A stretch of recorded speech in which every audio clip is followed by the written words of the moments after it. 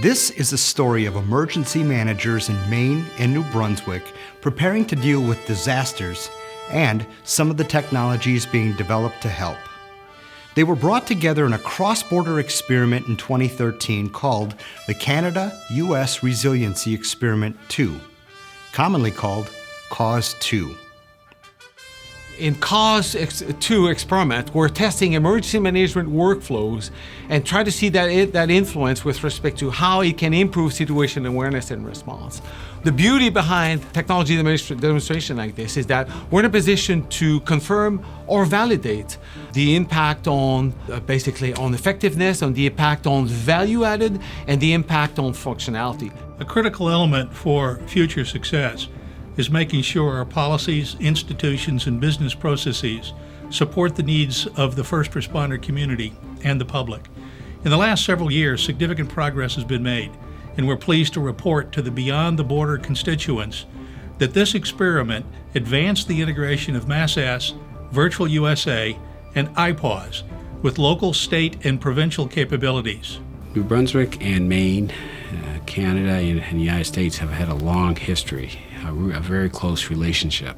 In today's world, information is a critical part of all those things. It's a critical part of our security, critical part of our economy.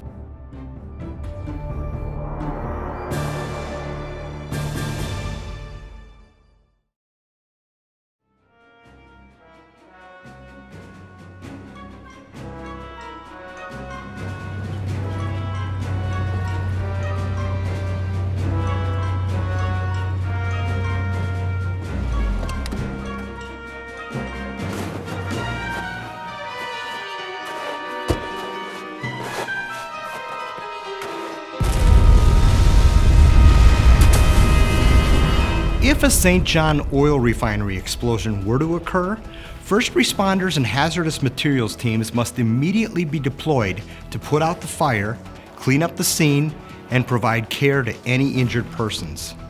Let's hear from the local, provincial, and national agencies involved. The intent really here is to provide an integrated situational awareness and information sharing environment, so when we have disasters that affect both sides of the borders, then we're better able to make informed decisions and coordinate our response along the border. This experiment gives us an opportunity to refine our ability to share real-time situational awareness information across the border. Both New Brunswick and Maine routinely exchange information. We both have a vested interest in ensuring that from an emergency management point of view, we're aware of what goes on in each other's jurisdictions. And for those emergencies that might impact both of us, we want to have a coordinated response capability. And by sharing real-time information, we can achieve that. What MassS does is it really provides critical emergency information to all folks that are involved in emergency management, whether it be at the local level, provincial level, and federal level. The CAUSE experiment has helped us to develop our virtual Maine tool and to link that system with the Canadian MESA system. The reason that Common Operating Picture is important for us is situational awareness real time. Using these tools allows us to make sound decision making in emergency management.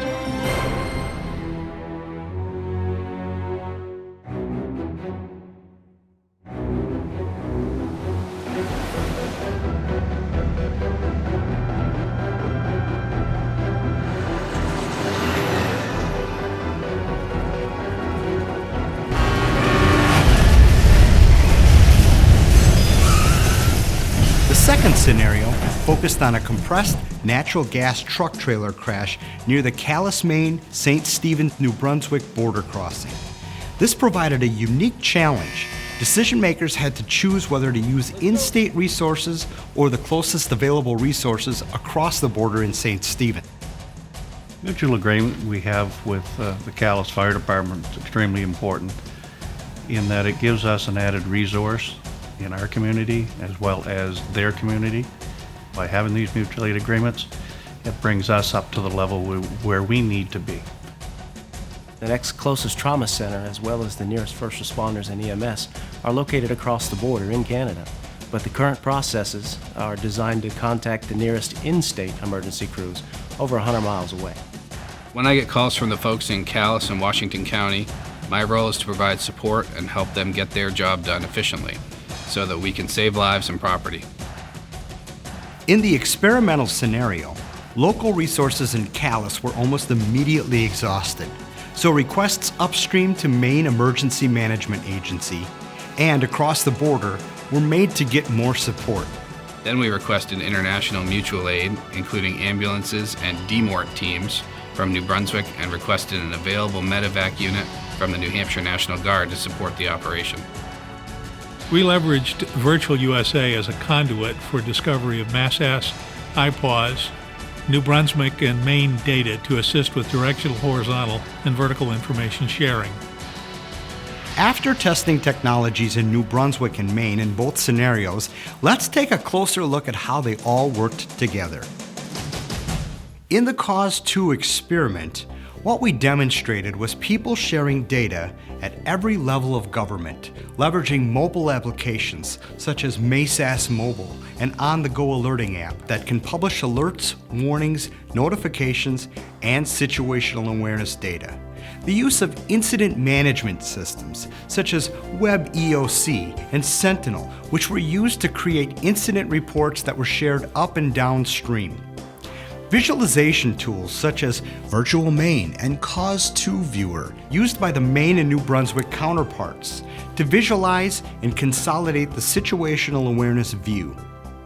And then a number of systems at the national level that were used to fuse interoperability across the borders, including the Canadian MassAS system, which is used for situational awareness and alerts and warning in Canada. IPAWS, which is used for alerts and warnings in the US.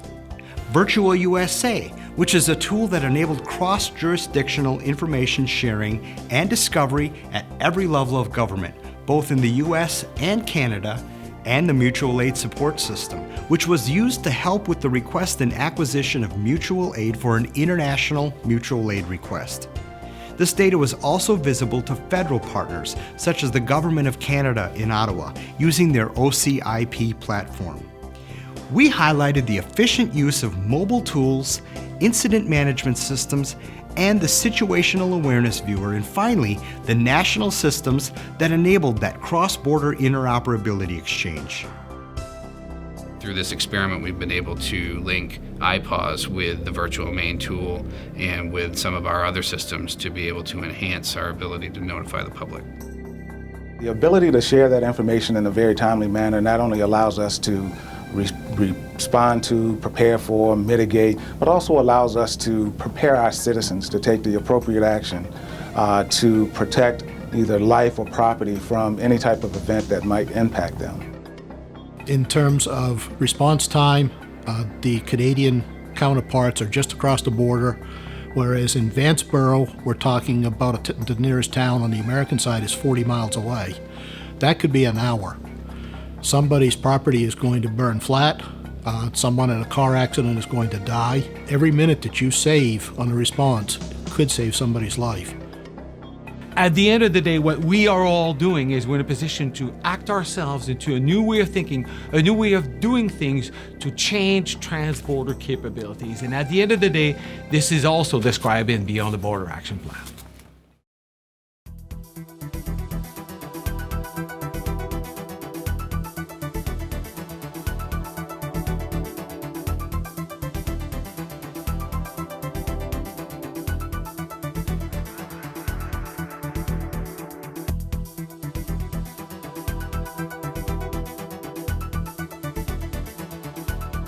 The lessons learned from this cross-jurisdictional information sharing and interoperability experiment do not just pertain to partners along international borders, but can be applied at a local level.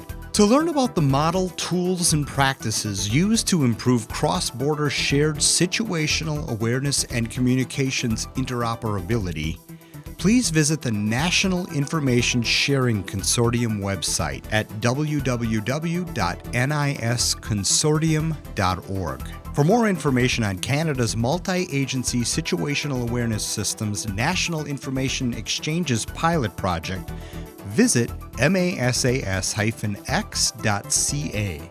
Also, the First Responder website at firstresponder.gov and the Defense Research and Development in Canada at drdc-rddc.gc.ca.